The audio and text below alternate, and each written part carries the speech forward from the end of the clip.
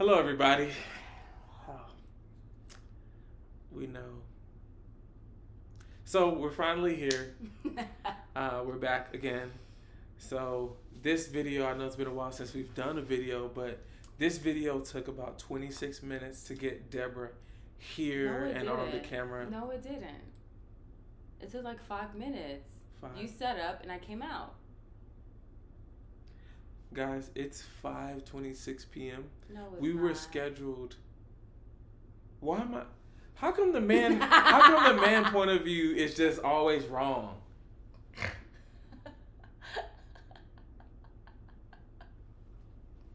It's 5:20. Can I get something right today? Can I get something? So here you go, guys. That is our intro to our video. Hope everyone is doing well. Oh gosh, so happy to be here, sharing. Today we're gonna share about a topic. Someone asked, "Do you want to say anything? Do you want to welcome the people? Got anything?" No. Now she acting all quiet. All right. So today, we're just gonna share about a question that one of our subscribers they asked. She said, "How do you deal or go about a woman showing their romantical interest or whatever romantic interest?" Did I say romantical? I don't know. Disney World, whatever, magical. Right. We don't subscribe to Disney World, but God bless you. Oh my gosh. So this person asked, Deborah, how do you go about someone showing interest in David? So this is I know the women are going to love this topic. And so as we were thinking about this, I was like, what could be the topic? Guard what's yours. I'm going to just let that simmer for a second. We got an organ player playing, and we're going to bring Prophetess Deborah Hill up to the... Oh my gosh. All Stop right. it right Rise now. onto your feet. All right. Here you go, baby. So how do you deal with a woman that is showing interest in me? Well, first of all, we can't control how other people operate or react, or how their lifestyle, or who they are, whether they have hidden sin, whether they're lustful, that's completely out of our control. So let's start there. What's in the realm of our control? Because that's how you get to guarding what's yours, because you can't guard what's yours if you can't guard what's yours if you don't first recognize what's in the realm of your control. And that's something that I had to realize first, was like, okay, let's think about this. What's within my control? What can I personally do to make sure I'm guarding what's mine? But truthfully, I'm human. I was flustered all the time. Like, flustered all the time, because I couldn't understand, like, hello, like, he's married, he's taken, why are you looking at him? Like, I couldn't understand that, because in my mind, I'm like, okay, I would never look at a married man like that, ever.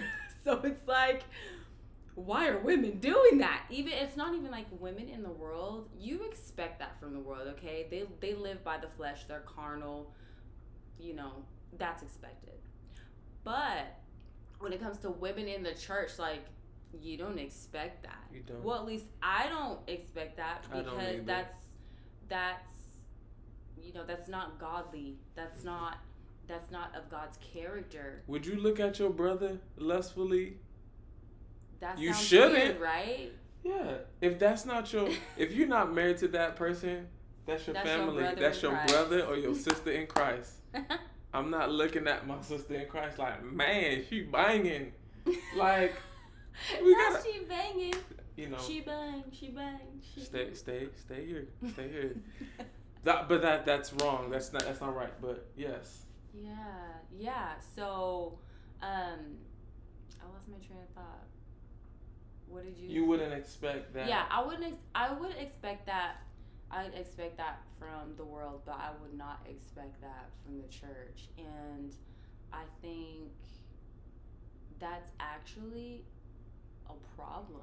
In my humble opinion, I think that is a problem in this generation, partially because I feel like familiarity has crept in so much into the church that you see leaders falling that you never thought would fall. Though nothing physical happened, there are boundaries that were crossed that should have never been crossed in conversation, different thing. And again, that goes back to guarding what's yours. So what does that look like? Guarding conversations. Mm-hmm. Setting Let's boundaries. start there. Setting boundaries with the opposite sex, with couples. I remember watching this couple. We're actually great friends with them. We love them, Lev and Alexis. If you don't follow their YouTube, follow their YouTube. Follow them. Amazing. They're amazing. And I remember that is a question a girl asked, and I remember Alexis, or was it Lev? I remember I forgot. I completely forgot. But I remember watching them, and I remember her saying that in their journey and in their walk, there are things that she ended up like finding out, or not like anything crazy like while they were together. This is like the past or whatever that kind of affected the present. And there were some things that she ended up finding out that kind of affected almost affected how she saw him or their relationship and things like that. And again, like, without guardrails, we're prone to fall into things that we thought we never would have. Literally, I tell David this all the time. No one goes, and if you do, my God, you need deliverance. No one goes into a marriage saying, I'm going to cheat on you. I don't know anyone that has. If you do, something is really wrong. No, it's demonic. I'm sorry, but that's demonic. If you're going into a marriage saying I'm going in, like, I plan to cheat, that's demonic, and you need to be set free. This made me just think about Olive Garden. I'm craving Olive Garden. Okay, sorry. Olive Garden. Yes. Okay. So yes. So for me, it was hard because it's like, especially when you're doing everything you can, you're praying for your spouse or the person you're with, you're guarding them in the natural and in the spirit. You know what I mean? You're standing guard. Your literal antennas are up every time. Not every time, but usually when someone of the opposite sex is around. You're scoping out, or you're analyzing their behaviors. You're doing this, you're doing that. And most of the time when women feel something, more than likely they're right. So what is the percentage of rightness? The percentage of it's very high. I mean, 99% of the time, if a woman's like, this is what I see and this is what I'm telling you. Prophetess Tamar, Apostle Tony said, that's one thing he said. He said he should have listened to her sometimes when she tried to tell him, this person just wants your attention. This person just did it. I heard a bishop say, sure, a very prominent person of influence, they said that women were built with an intuitive nature, a discerning nature, like without knowing, without titles. Mm-hmm. Women just have that knowing. They were just built that way. And so, yes, men, listen to your woman, your spouse. Listen. She sees things that we don't see, we may not know sometimes. And so it's really important. So set boundaries. Set boundaries. What's in your realm of control? Right. What's in your realm of control. And I would also say, like I said, covering them in the natural and in the spirit. Mm-hmm. That's really important, because as women, as the person that covers our husband, as wives, we cover our husbands. We see things before they come. We can see things before they come. And it's important for us. It's like we have the advantage because the Lord shows us things before they even come. And that's why it's important to cover your husband in the natural and in the spirit. And because we can't control other people who are walking in sin or have sinful desires within them that have not been cleansed out by the righteousness of God, we can't control, like, we can't control how they look at someone. So when we guard what's ours, it's making sure we're covering all of our bases in the natural and in the spirit. And because it was my first time experiencing something like that, I didn't know what to do. Like, what was your first? What instance are you talking about? Someone close to me. Okay. Someone close to me was, it wasn't verbally said, but I could tell because I analyzed their movement, literally everything, movement, speech. I'm very, very, what is it? Observant. I'm discerning. very, very observant and discerning, and just different things like that, and just certain things they would say, and just different things like that, and like it bothered me so much to where, like, transparently, like it made me cry a lot because I couldn't understand. Just like it sounds like almost like it's like childlike. I can't comprehend looking at a married man that way. Like I can't. And when I know someone's doing that, it breaks my heart. And especially just imagine someone close to you that you've had to experience that with. You know what I mean? Close which or makes it far. Even just period. Yeah, which makes it even worse because you have a relationship with this person, a friendship with this person. You don't expect it, right? So again, like, guard what's in the realm of your control. Set boundaries. Your emotions. Guard. And like we were talking about this conversation, just kind of some ways that it could go. And when you think about guarding, you guard what you love, you protect, you cherish, you steward what you love, what's yours. And so setting boundaries, having the conversation.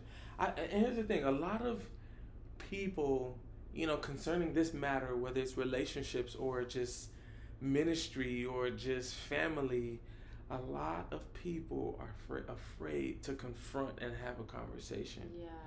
Confrontation should not have just a bad connotation. People, when the light is shined on darkness, or when they are exposed or they're found out, there's friction. There's friction, but the more that we don't acknowledge that we see what someone may be doing, the more that they'll do it, and the more that we may be holding on to something that is bothering us or hindering us or making us cry, making us sad. They're walking around looking lustful or whatever on your partner, whatever the situation is, but you're dealing with it. So in order for you to sleep at night and for you to have peace, and because what we don't deal with, it can control us and make us go crazy. Like, all right, well, I don't trust my partner being around this person, so I always have to be with them. That's not healthy. You should be able to go to Family Dollar, YS Partners at the church. It could be. Here's the thing, men and women, we cannot run from the opposite sex. The fact of the matter is, in the church, in the coffee shop, wherever, like, God created men and women, and so we just all have to exercise self-control, be on guard. And she expressed it from the woman's point of view, which is very, very, very key. And I believe women should be, yes, they have that. So I'm not talking about no soft life or things like that, but women should be graceful in their healed, whole, and holy place. They're graceful. They're soft. They're at ease. That's great. That is important because we don't want two men, two leaders going at it like that, right? So being graceful, but also having a little lion. You know what I'm saying? The lion gotta roar when it's time. Because even think about it. Think about it in the place of the jungle. Doesn't the jungle jungle safari wildlife is the word I'm looking for. In wildlife, the woman is more aggressive, right? She's very protective. I believe like the woman goes out and the dad stays, right? The man and hunts, yeah. Right? The lioness go out and hunt while the... Yes. But while she's going out and hunting, if you think you gonna come mess with any of her family, you got another thing coming. So having both being, she's nice, she's graceful, but when you try one of her little lionesses, baby girls, baby boys, you gonna have a problem.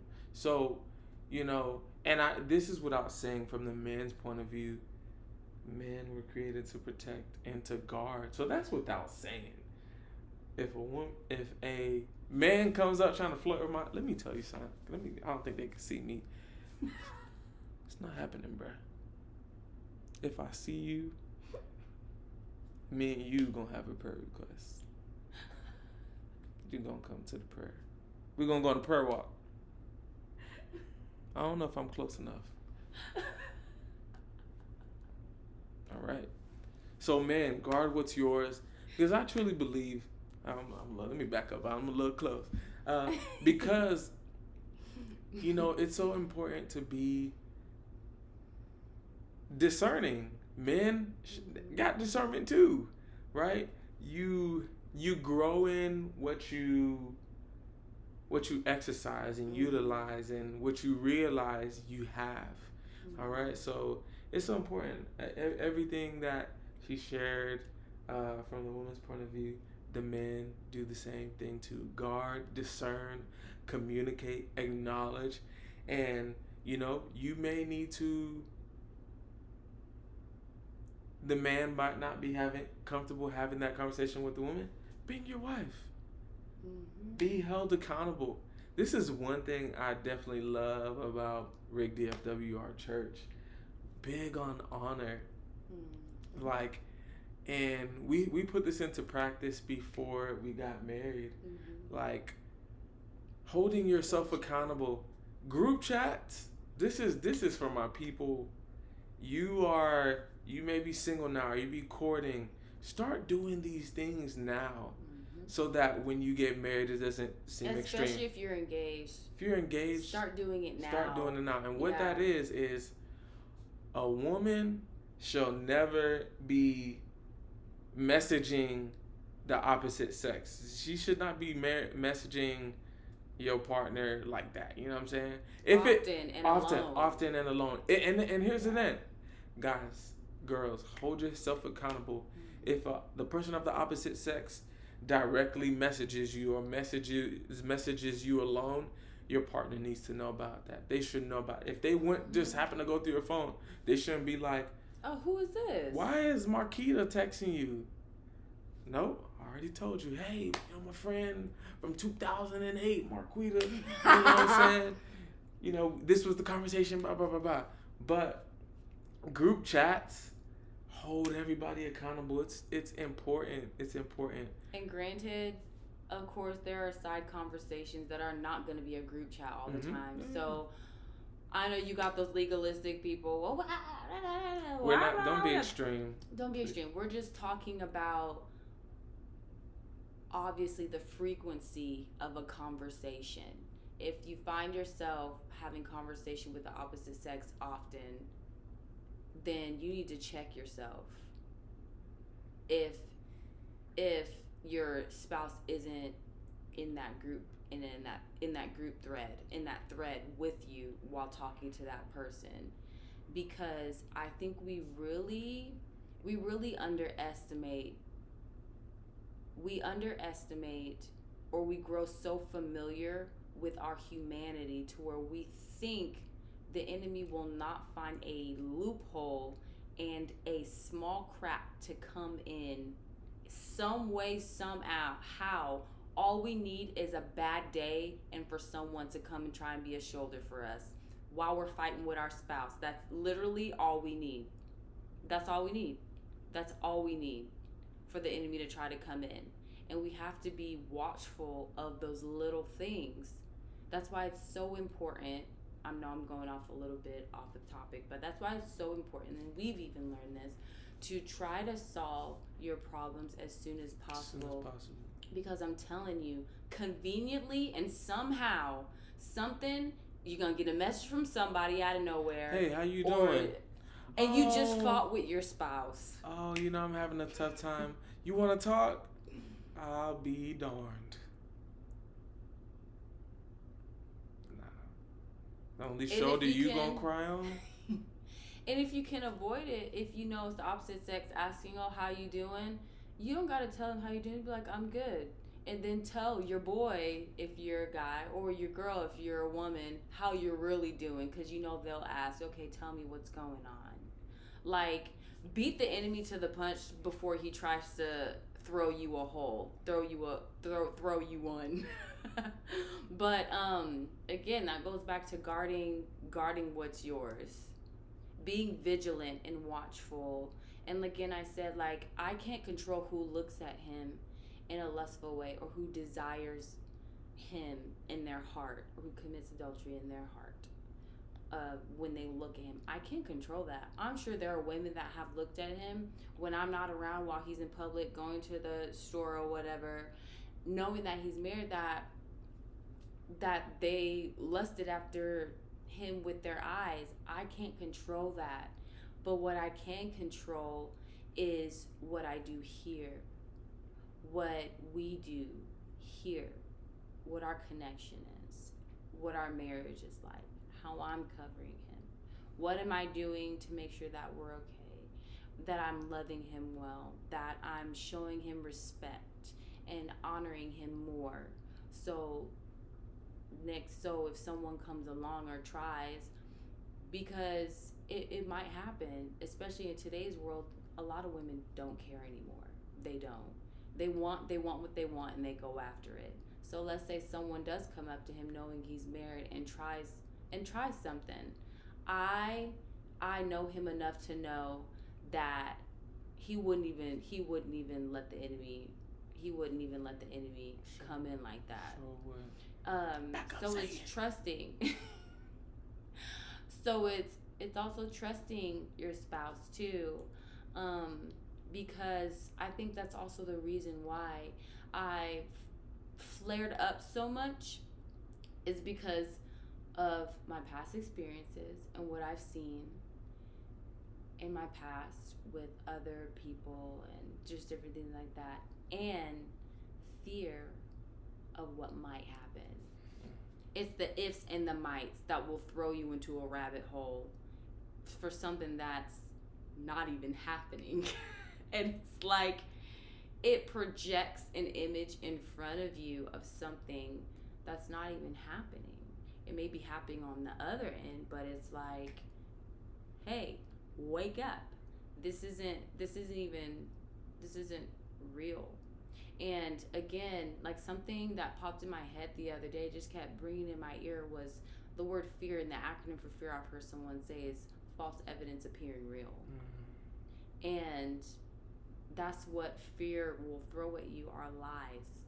It will throw at you false evidence of something that appears to really be happening when it's not happening. And that's why, again, it's important to, also self-evaluate. Mm-hmm. Self-evaluate. And not to say that anything's your fault or anything like that. It's kind of just like, okay, let me just make sure I'm managing my emotions well, and how can I be sure that I'm not reacting but I'm responding? Because I feel like a lot of times when we deal with things like this as women, especially women, that have encountered infidelity or anything like that, the enemy tries to always plant some sort of fear in the back of our minds of an if or a might, or you know what I mean, and he tries to capitalize off of the if or the might, and it blows up into something that it's just not, so just staying on guard with your emotions and really also checking yourself in the process while guarding what's yours, because you don't want to create division and have good intention in guarding what's yours, but in the process it's like your insecurities are screaming at you in the process, and it's like you're guarding what's yours, but you're insecure of XYZ. And I'll reference Lev and Alexis because they were talking about insecurities, and when they were talking about that, immediately the Holy Spirit told me insecurities are literally just unhealed places, untapped places that need to be made whole. And that's why in the process of this, because it goes so much more deeper, it can go so much more deeper than guarding what's yours in your response and how you do it. Because that can tell, how you do it can tell you a lot about the condition of your heart and the things that you need to work on yourself, and it can also show you your strengths. It can show you your strengths. Like, you have the discernment of spirits. You have prophetic gifting. You have the gift of discernment, because a lot of women are discerning, but the gift of discernment is like a whole nother level of discernment. I would say it's like between the discerning of spirits, or if it is the discerning of spirits. When you have the gift of discernment, you can discern those things off of people. But yeah, just really shining a light on those things. Just really covering all those bases, making sure that you're good on your end as well in the process of guarding what's yours, because the enemy will use anything he can against you, including your own insecurities. The devil don't play fair, y'all. Fair is not in his vocabulary. Sure won't. And if it is fair, it's like, I'm gonna pay your fare, your ticket, straight to the pit. That's the only fare he has.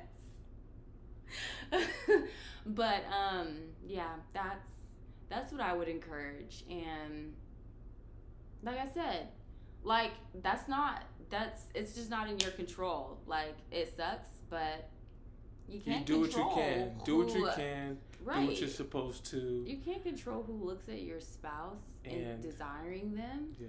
You can't. And I mean, in the most careful way of saying this, to an extent, someone admiring your spouse, it's a good thing. There's a difference between admiration and being inspired and lust, and just like, oh, I want that, or coveting, lusting. There's a difference, so it says something about being able to guard and then be secure. We have to be secure. The lack of secureness it ought to be a checkpoint. Like, why can I not be okay with this person, my person being away from me? They're gonna be looked at. I've heard stories of people who said to their spouse, "You look too good. You can't work. You have to stay home.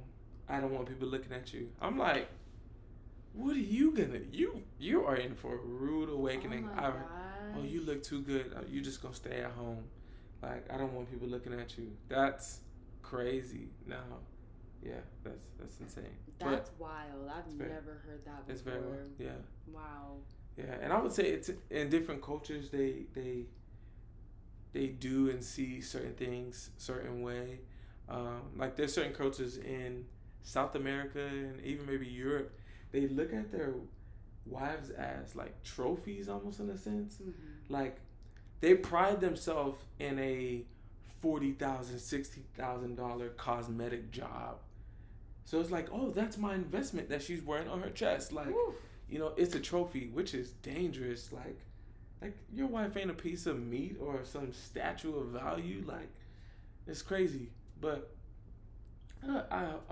we hope that this really shedded some light and brought some context. That was a great question that was asked. I think ultimately, what I heard, in guarding and setting boundaries is, just having emotional intelligence, like just building being self-aware. Being self-aware, self-discerning is very important. Yeah. You know the spirit of discernment is strong on your life when you not only have the ability to discern others, but to discern yourself. Because there's people that can discern others. Oh, they can just sniff out a demon real quick, but can't discern and be self-aware of their own emotions, their own response and actions. Like that commercial, I think it's Capital One. What's in your wallet? No, what's in your heart? Come on. You can't be prophesying to the nation and not prophesying to yourself. Hold on. Let me take out that plank real quick. Oh, your eye's gone. Come on. It's like those people who want to prophesy. You want to show up on time to prophesy, but you can't show up on time to clean the toilet. Don't prophesy on the mic better than you clean the toilet. So, but yes, hope y'all enjoyed. We're so happy to be back. We plan on recording more and more and please, more. Y'all have to get on Deborah. Please tell Deborah in the comments how much y'all love her. Y'all love hearing her talk and speak. Maybe this will help her be like, okay, let's get on the camera. But hope y'all enjoyed. Like, share, subscribe, share with someone. Don't be stingy. You've been getting blessed and encouraged. Share it with someone. Your single girlfriend, your single brother in Christ who's waiting. Share this channel. Share this video with them. Let's be a blessing. Let's be a blessing to them. And if you have any topics, any questions, things you want to hear about, comment, email us at davidanddeborah@gmail.com. We're here for you. This is about y'all. This is about y'all. We're here to help. We're here to serve. Y'all, this is serving. This is serving. So we're here. We love when you ask questions. We love when you interact. We love when you watch the videos and share your testimonies. Build our own little community. Yes. So D&D, we're back. This is Guard What's Yours. So much more to come. We might not even talk about. What's yours? We might even talk about goodness. and we know the election is over, but we just gotta talk about. We gotta talk about the state of the church. Like, what's going on? What happened? Where we going? On this channel, you're gonna get the works. You're gonna get the 360. You're gonna get the prophetic. You're gonna get the relationships. You're gonna get business. You're gonna get entrepreneurship. You're gonna get so much. My goodness. It's gonna be great. Get ready. We didn't even scratch the surface.